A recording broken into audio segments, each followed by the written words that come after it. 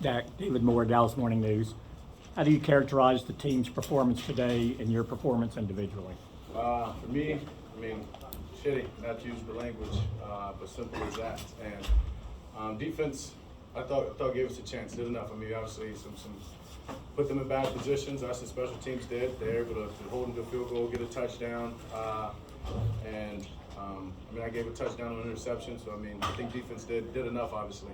But for offense, just completely not who we are. I don't think I've seen us like that in damn sure the last 2 years. Something that as much as you want to burn the tape and move on, know we got forward, there's a lot that we've got to learn from and get better and use this tape.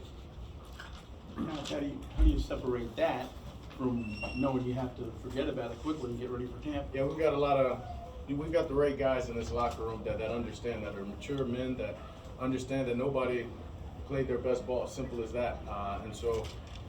But to be accountable, starting with myself, be accountable for what you put out there, what you did, and then from that,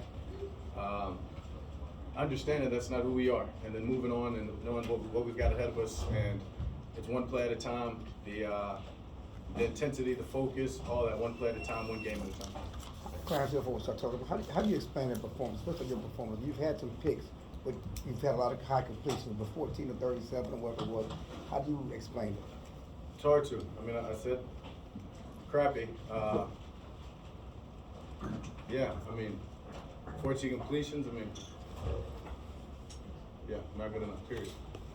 Tim Kalishaw, Dallas Morning News.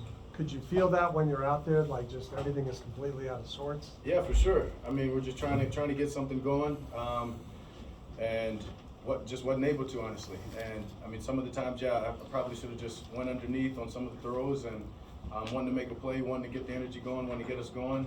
Took some shots, and those shots weren't there. And once again, we're back behind the chains, and we never put ourselves in third downs that were manageable, and that's what we've done this year. Were you aware the Eagles scored during the game, that they got a lead pretty quickly? Not at all.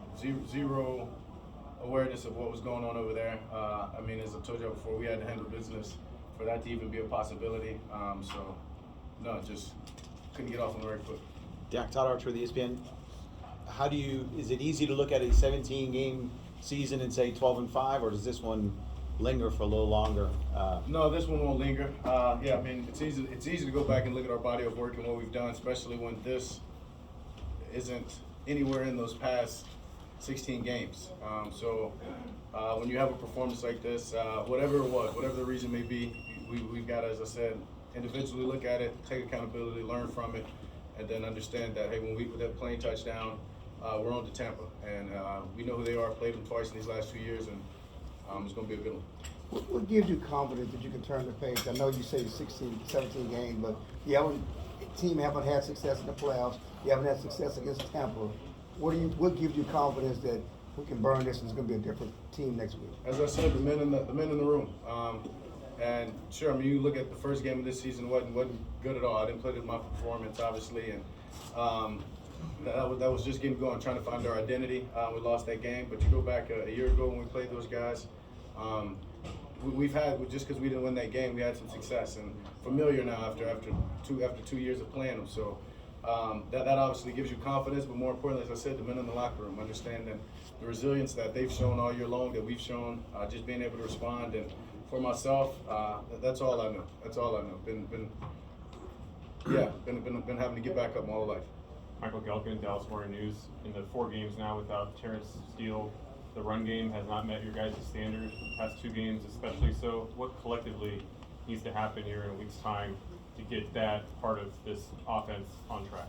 Yeah, I mean, everybody, I would think those guys would tell you first, they got to be accountable for what they're doing, their communication, and just trying to be more physical, I guess. Obviously, we're not going to get Terrence back in this time, so we've got to make sure that we lock in and do our best with what we got, and we've got some great players. I mean, you've got Tyron Smith over there on the right side, and another Hall of Famer over there on the left, if that's what it is. And so, no doubt in my mind that that's not going to get corrected. Dak, Lou Holder Sports. Moving from the micro of this game to macro overall, it's been an emotional week for the NFL. Sure. What was it like for a lot of the guys, you included, about actually taking contact, hitting doing whatever this week, this particular week. What was it like?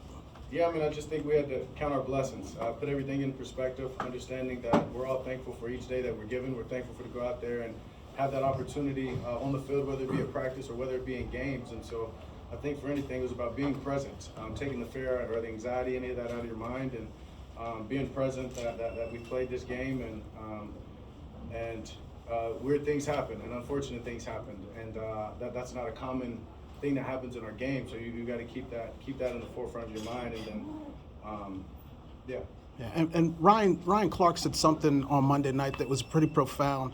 When asked like why you guys do what you do, he said next to the birth of his kids, picking up a football was the first thing that he loved when he first picked it up. Is that the mentality of a lot of football players? Even in the midst of all the danger, it's the first love. It's just something that you just do. 1,000%. I know for myself, I don't have any kids, so family and football, honestly, faith, family, and football. And I'm pretty sure it's for a lot of those guys in the locker room, a lot of these guys in this, throughout the league.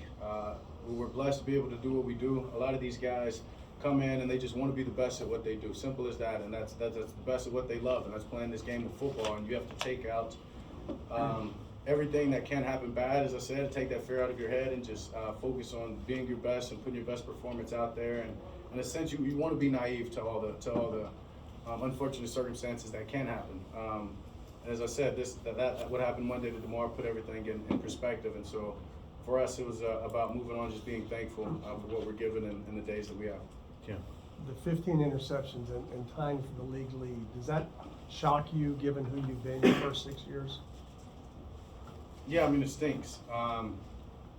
Yeah, as you said, not having, I'd say, an issue like this with the ball, but for sure having more confidence in where I can put the ball and the things that I can do. It's a fine line, and I've got to get better at it. And simple as that, this won't continue.